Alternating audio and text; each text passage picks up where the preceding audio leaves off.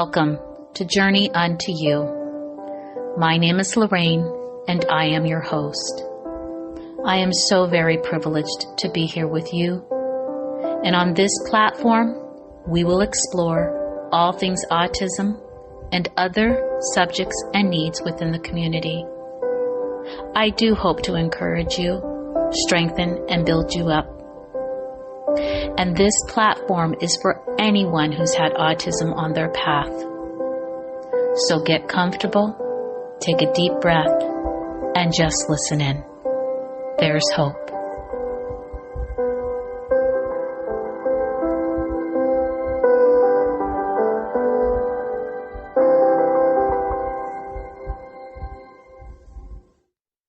Psalms 147, verse 3 tells us, He heals the brokenhearted and binds up their wounds.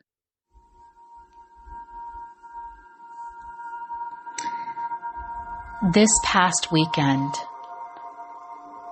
I got the amazing blessing to speak at a mental health event in Harrisburg, North Carolina. This event was called Soul Depot, and I was far more blessed than I even thought I was going to be. Personal journeys, resources, and testimonies were shared that evening in a very quaint and cozy room where I could just feel the acceptance in that room. I knew that after that event that I was supposed to have been there. It had been divinely ordered for every single person in that room. There was something about that evening.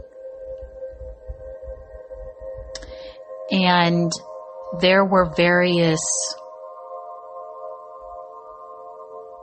venues, if you will, and also various speakers. We had poets, we had clothing designers, music artists, and many different backgrounds within one room, all coming together on common ground of mental health.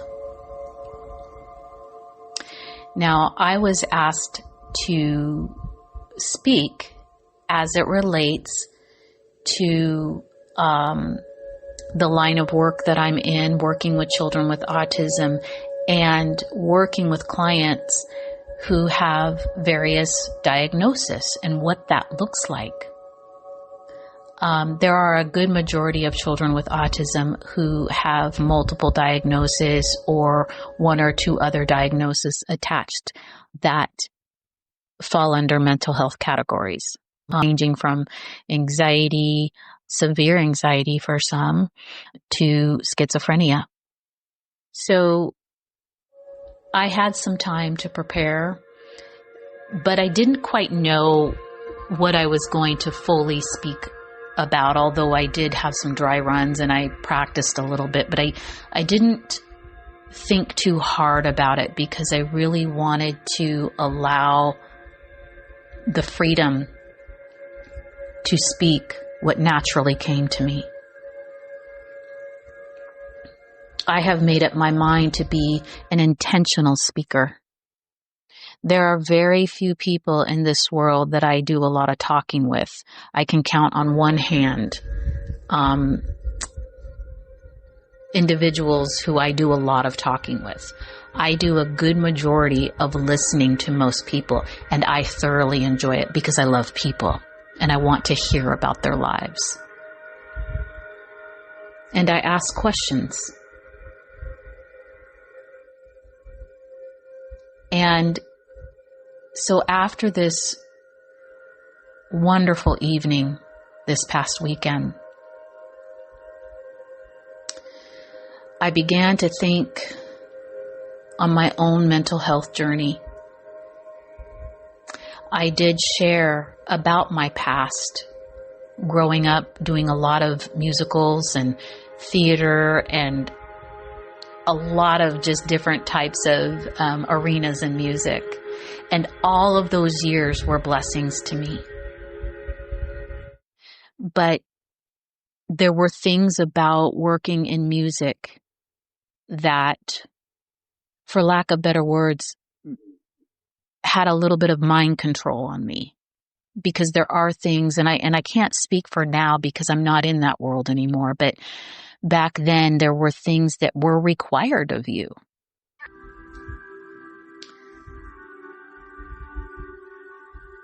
And what I mean by required of you is just, it was a discipline. And some things were spoken and some things weren't. And that's a whole nother rabbit hole that, you know, there's plenty of information about some real deep stuff within the performing world. Now, I'm not talking about that type of stuff. I'm talking about the messages that are sent to a young girl who's impressionable, who doesn't feel worthy, who has mommy-daddy issues, who had abuse in her background and trauma undealt with. So I had this whole cocktail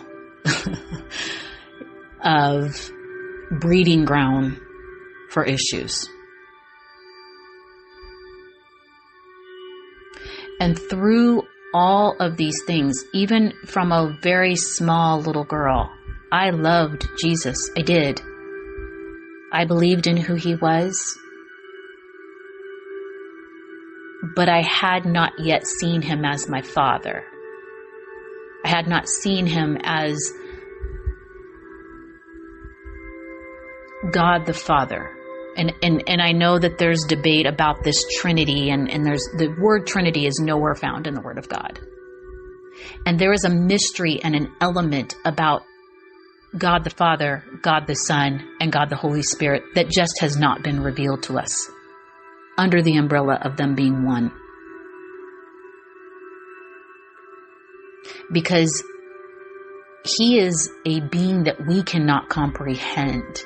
It really is a walk of faith. But when we're little and we're small, that's why he tells us we have to come to him like a child. Children, they don't question all these things. Sometimes they do, but not on the same level as adults do. And so as a child, I knew that Jesus was peace. I knew that God was love. And he saved my life so many times. I was hit by a car twice and survived as a child. I can remember one time I was lost in a forest with another little friend of mine and two other little girls. We had gone camping. We'd been gone for hours. And of course, you know, after the fact, you know, I knew about how that had upset my mom and how, you know, she was scared and all the things that parents go through right when they think they've lost their child. But I can tell you, when we were in that forest, we went round and round in circles and could not find our way back. But I knew enough as a little girl to ask God for help. And I don't know how to explain it other than we were taken from one area to the forest to another area where we had been a few times and didn't know how to get back. But suddenly we were right in front of the forest where we had entered. And I never could explain that event until, I don't know, maybe about 10 years ago. And I realized that the Lord had, the secular world would call it teleported, but we would call it, in the Word of God, translated. Basically, the layman's terms is teleported. We were moved. So his hand has been on me my whole entire life.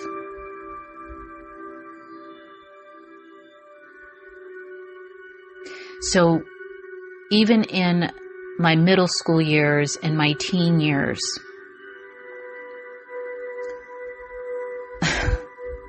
I loved God. I made poor choices. I said things I shouldn't have said. I had attitudes I shouldn't have had. All the things that young people do.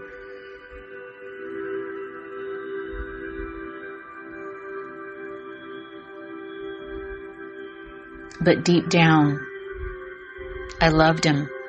But I still didn't know who.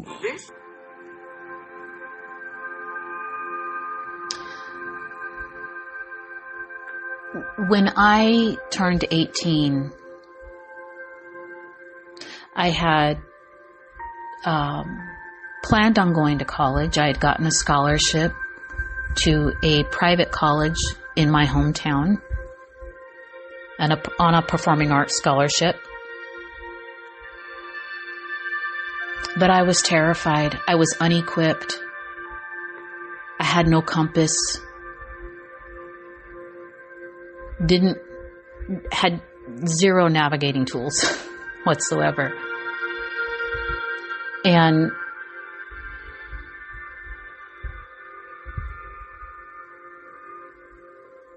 I just didn't know what I was doing. I didn't know how to go about this life that we were supposed to navigate, that we're supposed to have the answers, that we as 18-year-olds are supposed to. We're adults now, right? You get pumped up your whole life and you turn 18 and you're just supposed to be an adult. And I really wasn't an adult. I still needed a lot of guidance, a lot of instruction. And that's not a blame. That's no one's fault. It just was my reality.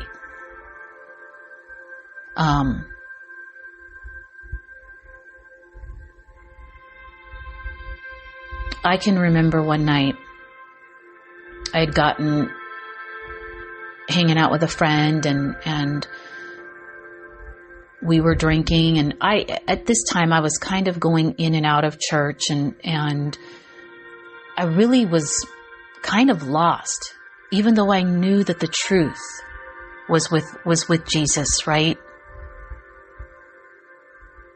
I still was trying to feel better or trying to find my way. I don't really know totally what I was seeking, really. I don't know that I even now have words for it. Maybe someone else would be able to interpret that time in their lives better than me. But I got involved in this situation one night, and there were drugs involved. And I don't know if it was the drugs or if it was just something about the drugs and the alcohol mixed together that caused me to just sort of break.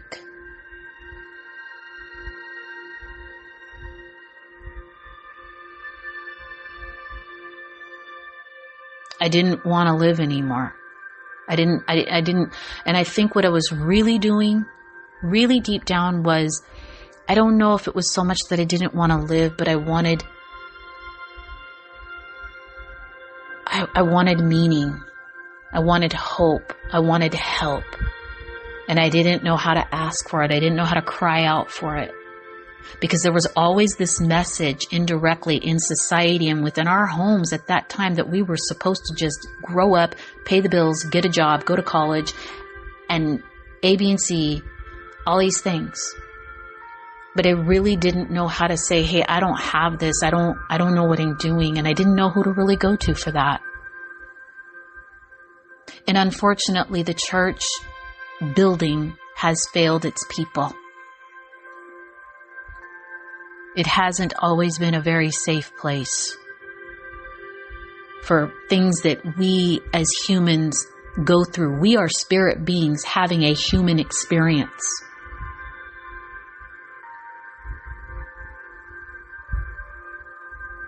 And I needed help. So that night I went to a friend's house, and this friend was at work, but I had a key to their house and got into some medicines, and I overdosed, and luckily I kind of said something about it. Probably legitly because I really wasn't trying to die. I was really actually crying for help. And this friend called an ambulance. Long story short, I spent about I don't know, maybe a few days in the hospital. My pastor came to see me. I had a friend come to see me.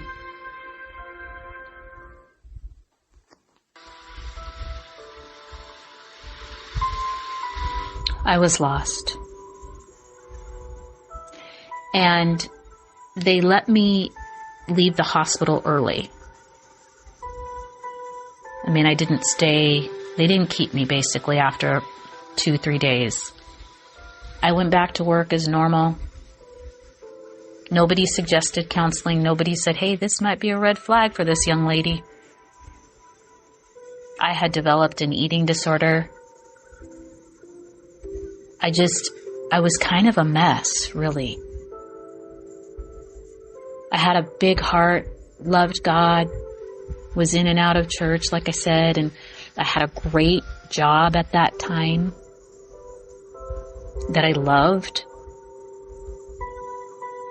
But I didn't know who I was. I didn't know my identity. I didn't know that I was chosen. I didn't know that I was a daughter of Zion. I didn't know that I was of a royal priesthood. I just thought I wasn't good enough.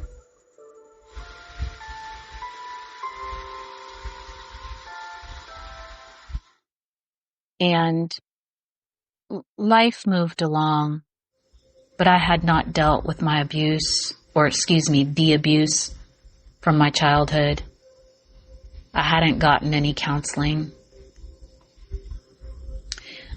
By the time I was 22, 23, I was married and expecting my first child around 23, 24. I didn't really start addressing the issues until I was about 28.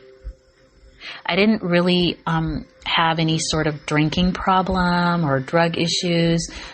I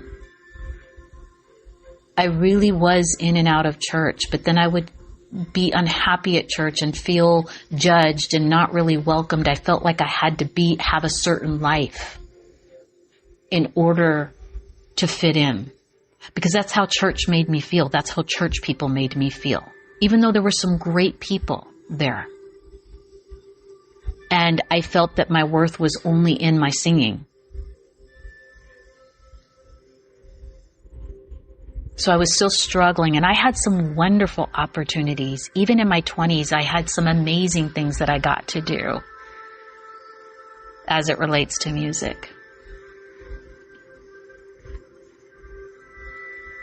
And I was a mom and a wife. Honestly, I didn't know what I was doing. I really didn't. I knew how to care for children. I was pretty good at that. Children are definitely my wheelhouse for those who know me really well. But I didn't have any navigational tools to be a good wife. I had church understanding, but no one really sat down and talked to me and showed me these things of, sticking through a marriage and what that really means, and the selflessness that is required of us as people in marriages, and that it is a process. It's a lifetime process, in fact.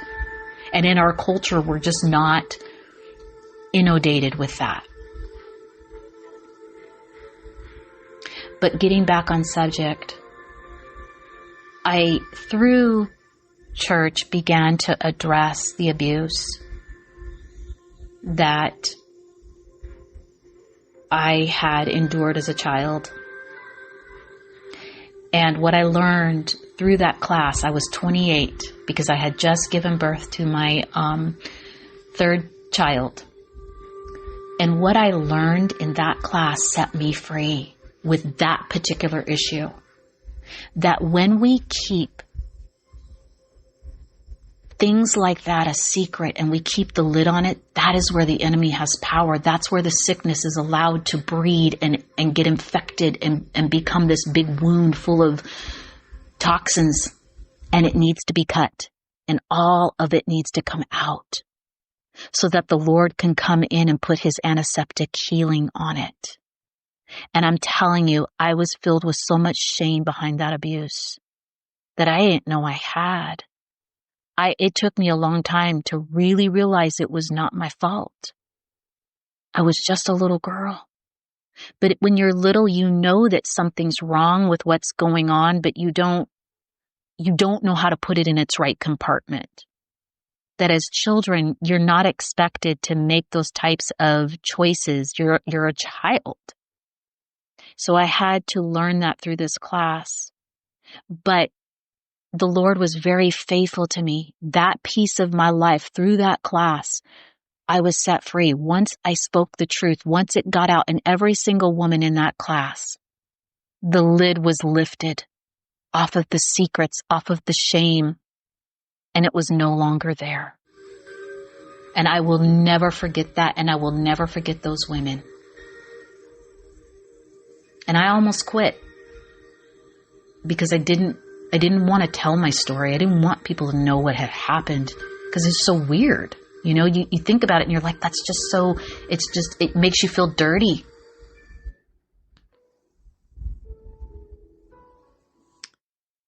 I was set free from that issue, that particular specific issue, but there were still layers. There were still things that the Father still had to do in me.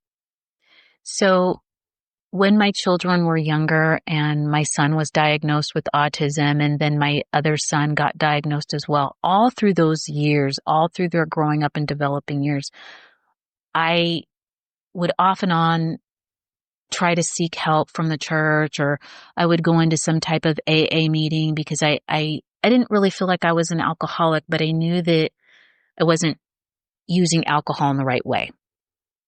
I didn't have a drug addiction or anything like that. I was just suffering, silently suffering inside. And I didn't really know how deeply wounded I really was from the things I experienced, some of the wounds I had. Even though I grew up with a stepdad, my biological dad was an absentee dad through choices that he made. But we don't really see how these things affect us. And I was not a girl who didn't have opportunities. I had so many opportunities. I had a grandma that sent me to a private school and, made sure that where my mom was unable to do things, my grandma would step in. And those were gifts for me. That was a gift to me in my life. So when I was raising my own children, I really hadn't dealt with things. And it was a process. But the door had been opened. I just didn't know it. That the Lord was working on me. I don't know if I had depression. I don't know. I don't know what drove me to the bar. I got into a place where I started going to the bar a lot and doing karaoke, and I did this for a while, and it took me down a path that became pretty bad. I made decisions that I would never make now. I knew they were wrong decisions. I knew they were wrong choices.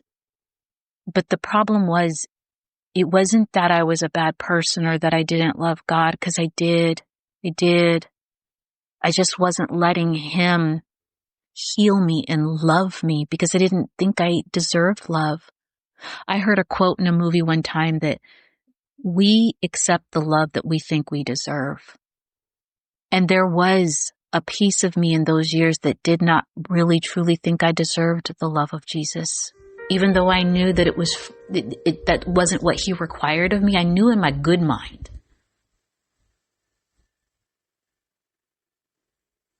But I was very deeply sad inside. Even though I knew my grandma loved me, I knew my family loved me, I had wonderful children. And I believe that even then my husband at that time loved me. But I didn't love me. I didn't think I was worthy of it. I don't know why we believe these lies. That's why the enemy loves to attack children, because if he gets in there early, he can do a lot of damage. Messages of unworthiness, messages of performance, imperfection, messages of someone smarter and better than us. Those types of things that we pick up as children can set us on a course for a lifetime. And he uses the brokenness of this world and circumstances to whisper those things. It wasn't so much that I didn't like myself. I just didn't feel worthy. I remember there was a time I didn't even feel worthy to be a mom. I had these beautiful little creatures in front of me, looking at me with, just innocence in their eyes, and me feeling like I had nothing to offer them that would be good anyway. But it wasn't true. And I had developed a pretty bad binge drinking problem, in addition to drug abuse. I was a functioning mom. I did all the things I was supposed to. You would have never known it. And I have never subscribed to calling myself an alcoholic because I wasn't an alcoholic. And I really stress that because I don't believe in putting those titles on yourself, because so a man thinketh, so is he. What I knew was that I knew when I would go into those bars that I wasn't dealing with my issues the right way. I knew it. I knew I had formed some bad habits of coping, but I wasn't ready to surrender everything to the Lord. And it took time. Eventually, I got tired of nursing over hangovers and various different things that happen when just daily living things that it's not God's best for your life. And I also knew that I had heard the stories and the statistics. And I knew that this was not the type of mom I wanted to be, or person, or woman of God. And more than anything, I didn't want to hurt Jesus. I didn't want to take advantage of his sacrifice. Because in his word, he tells us that to love him is to obey him. And when we love other people, as we are commanded in the word, to love others as ourselves, I didn't really feel like I was showing people love by getting together with them and drinking and doing drugs. That's not showing love.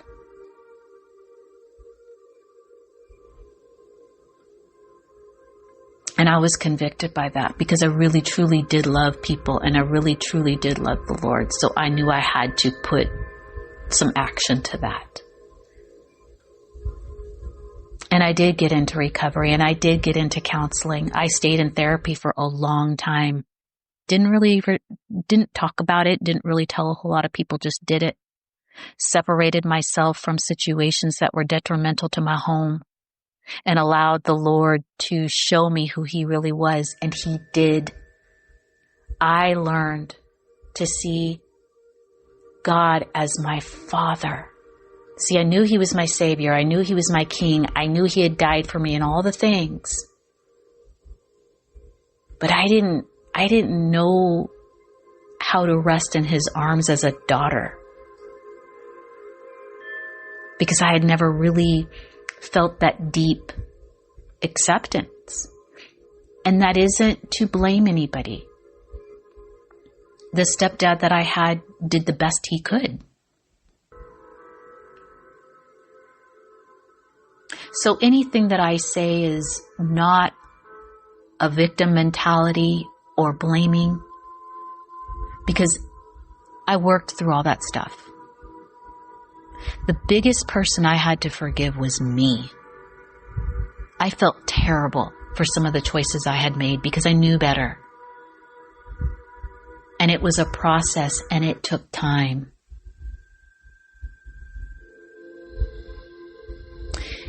One of the things I've discovered as of recently with the job that I worked this year in a very extremely toxic environment, very challenging environment for various different reasons and on different levels.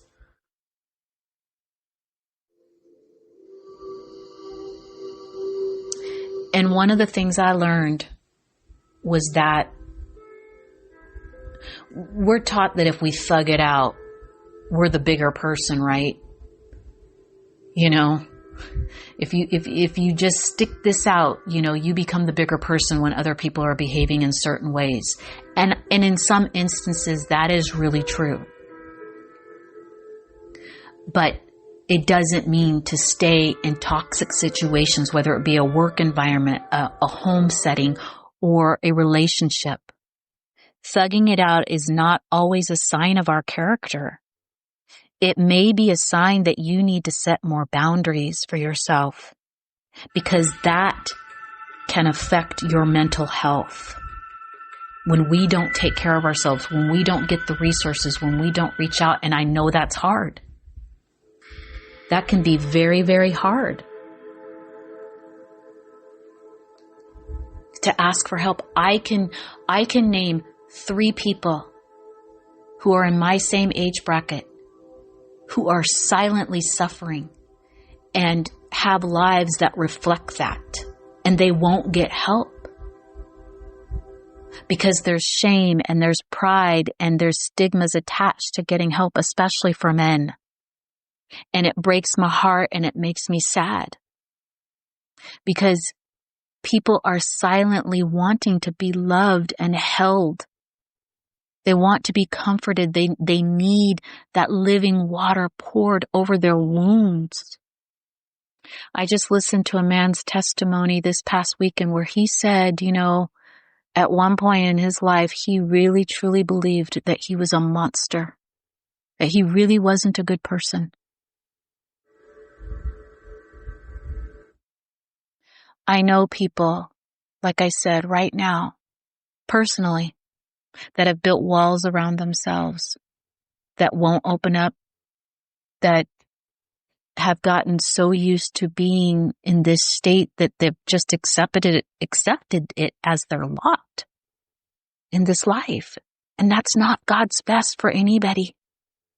And it isn't God's will for people to have the brokenness, but he uses it. And it isn't his will for people to commit suicide. It was not his will for me that night. He saved my life. And I don't know why there are people who find themselves in that place where they do take their lives. And I am not here to judge that because we just don't know. The Father in heaven has a love for his creation that is so deep, we cannot judge that. We do not know the depth and the level of pain and what that person has gone through. But I do know that we were created with purpose and a plan. Even our pain was planned out. We don't always get to know all the reasons and the answers for everything. We just don't. But I know that we have been commissioned to speak the truth, to speak it in love, and to care for one another. This isn't about someone's truth being relative and all this weird stuff that we see nowadays. No, that's not the kind of truth I'm talking about. I'm talking about an ancient truth that is unchangeable, that has been here before time even existed. And it really, truly is a faith walk. We cannot walk in, you can't explain things that require faith. But I can tell you on this journey that I have walked, I can tell you what I've experienced and what I know to be the truth. There are answers for all the mental health issues out there.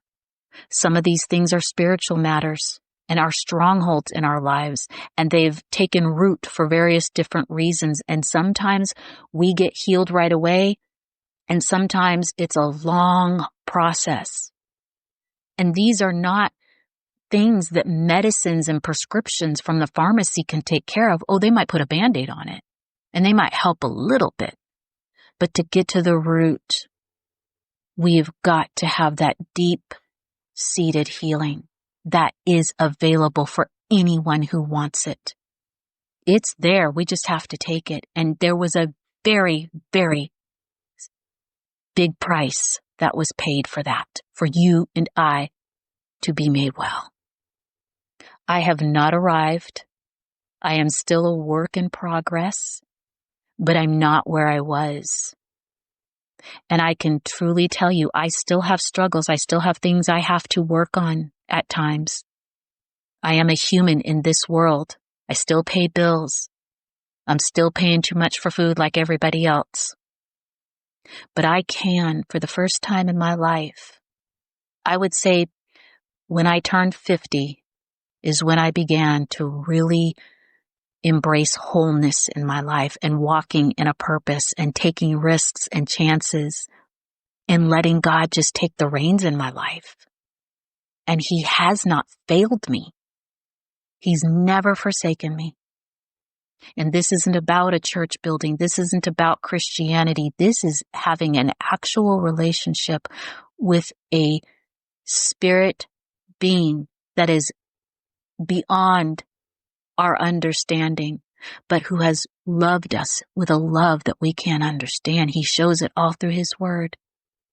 All the people in the Bible were imperfect people that God remained faithful to. He allowed for consequences because that's what a father does, but He never walked away. He never abandoned. He will turn and let you face consequences, but He will be there to sew you right back up. And when we go through mental health challenges through no fault of our own sometimes the things we go through are because of our own choices, and sometimes it's the choices of others. But there's hope. There's victory on the other side.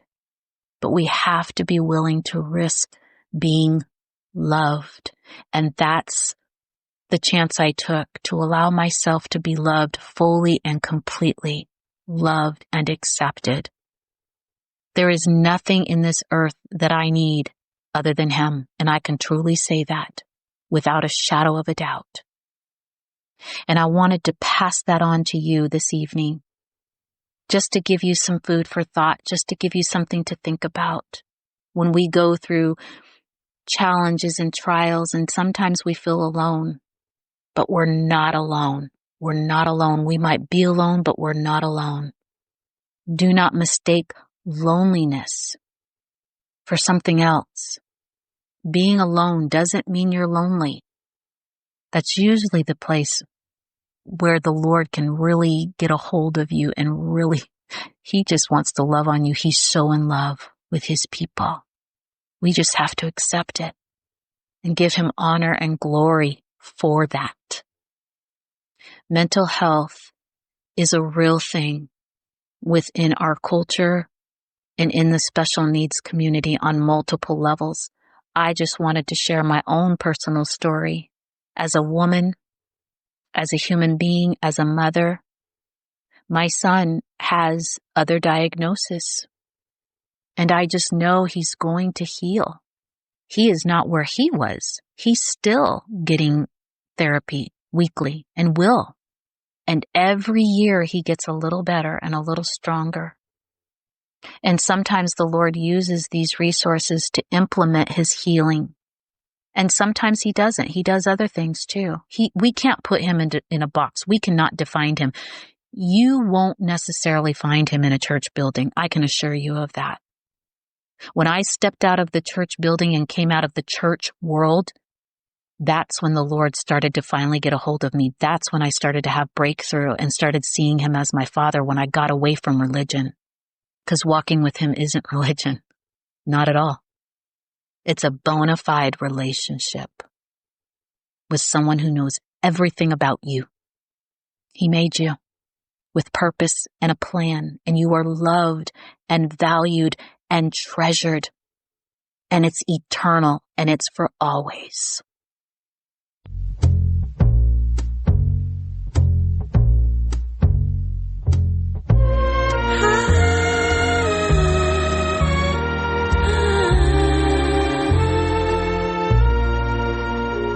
Now I've journeyed oh so far just to get right where you are, the root and the offspring of David, the bright and morning star.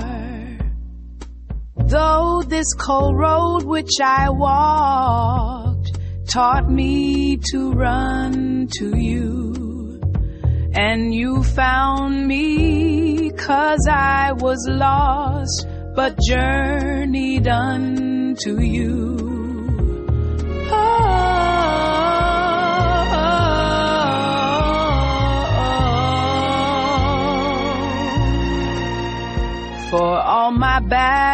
battles you have fought, your word faithful and true. When it was comfort that I sought, my peace you did renew. Most of this cold road I walked, I was carried by you. Guide our talk and hearts and thoughts as we journey unto you.